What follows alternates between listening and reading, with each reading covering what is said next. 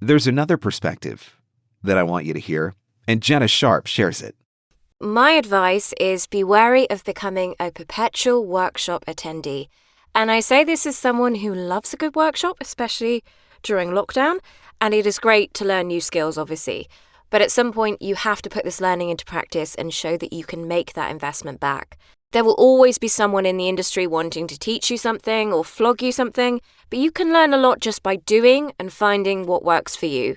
And I think some people use workshops as a crutch because they don't feel ready to put themselves out there.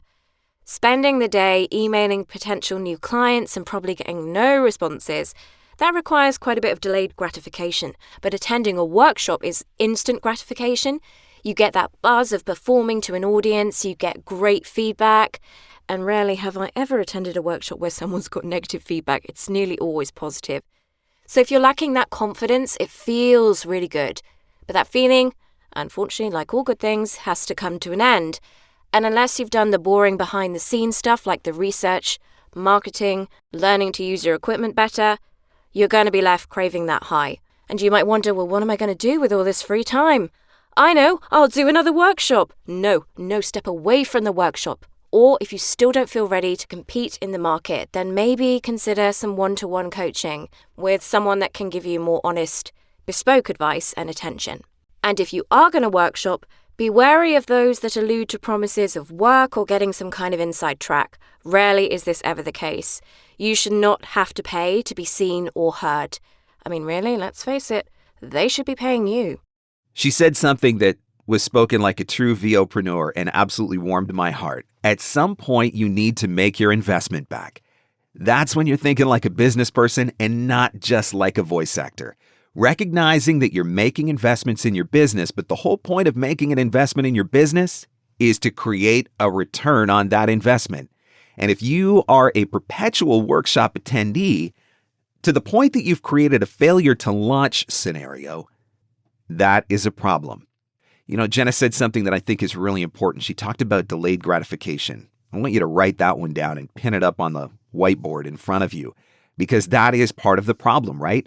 We go to casting sites because they give us instant gratification, and we put off our own marketing because that's a delayed gratification. We go to workshops and attend all of these classes and webinars and coaching sessions and buying every course because it gives us the instant gratification of feeling like we're doing something, when sometimes what we really need is to just get to work.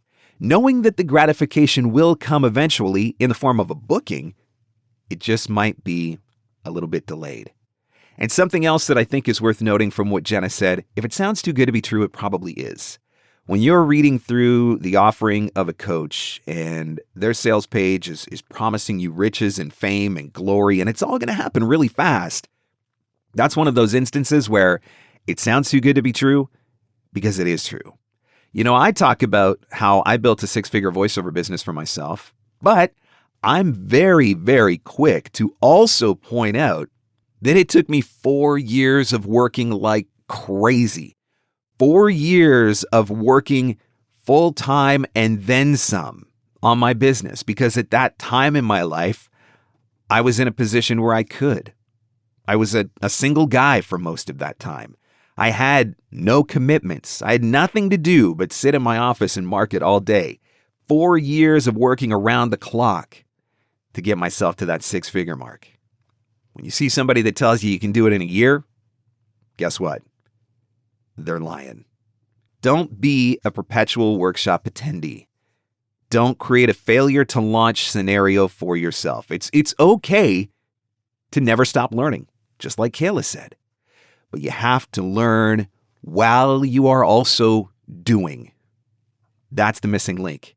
Not just learning for the sake of learning, but learning while you are also doing.